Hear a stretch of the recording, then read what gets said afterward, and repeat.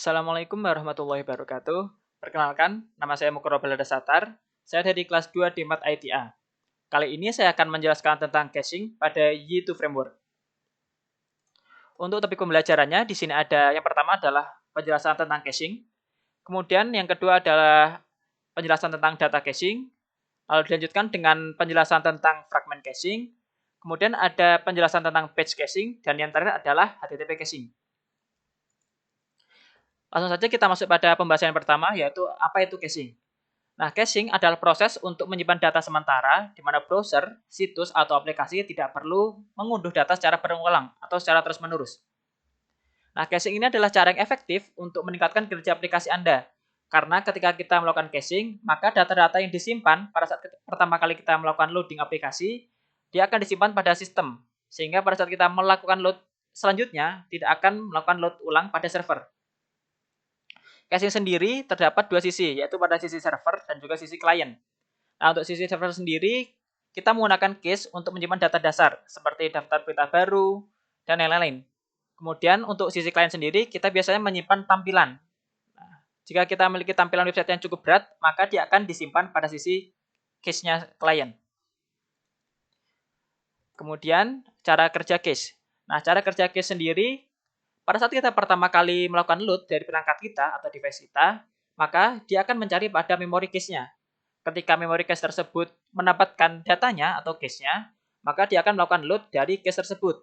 Sedangkan jika data tersebut tidak ada pada cache, maka dia akan mengambil data dari server atau database. Kemudian, apa saja mekanisme caching yang didukung oleh Y?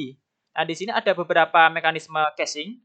Yang pertama ada data caching untuk menyimpan variabel PHP. Kemudian ada fragment caching untuk menyimpan fragmentnya. Lalu ada page caching, yaitu untuk menyimpan kontennya. Lalu ada HTTP caching, yaitu untuk menyimpan atau mengeksploitasi caching sisi klien. Kemudian ada data caching. Nah, data caching membantu Anda dalam menyimpan variabel PHP, seperti yang sudah saya jelaskan sebelumnya. Data caching bergantung pada komponen cache yang biasanya terdaftar sebagai komponen aplikasi. Untuk mengaksesnya, kita dapat memanggil y$app cache. Nah, di sini ada beberapa penyimpanan cache yang didukung oleh Y. Yang pertama ada db cache, kemudian ada apc cache, ada file cache, dan juga ada mem cache. Nah, biasanya yang dipakai itu adalah file cache. Kemudian di sini ada beberapa komponen cache yang didukung oleh API. Yang pertama ada get untuk mengambil data dari cache. Kemudian ada add untuk menambahkan data pada key. Kemudian set untuk mengeset sebuah cache. Lalu di sini ada multicat untuk mengambil beberapa data sekaligus. Lalu ada multiset untuk mengeset beberapa data sekaligus. Dan yang terakhir di sini ada flush. Nah, flush di sini untuk menghapus semua item dari data cache-nya. Nah, di sini ada contoh pembuatan data caching. Untuk yang dicontohkan di sini itu adalah pada template basic, bukan advance. Nah, untuk template advance kurang lebih sama, yaitu yang berbeda adalah pada penempatan filenya. Nah, ini ada config web.php untuk basic, sedangkan jika kita menggunakan advance, kita bisa memilih pada backend atau frontend. Kemudian masuk pada main lokalnya. Nah, untuk beberapa step selanjutnya, bisa langsung dibaca. Di sini ada juga cara mengeceknya.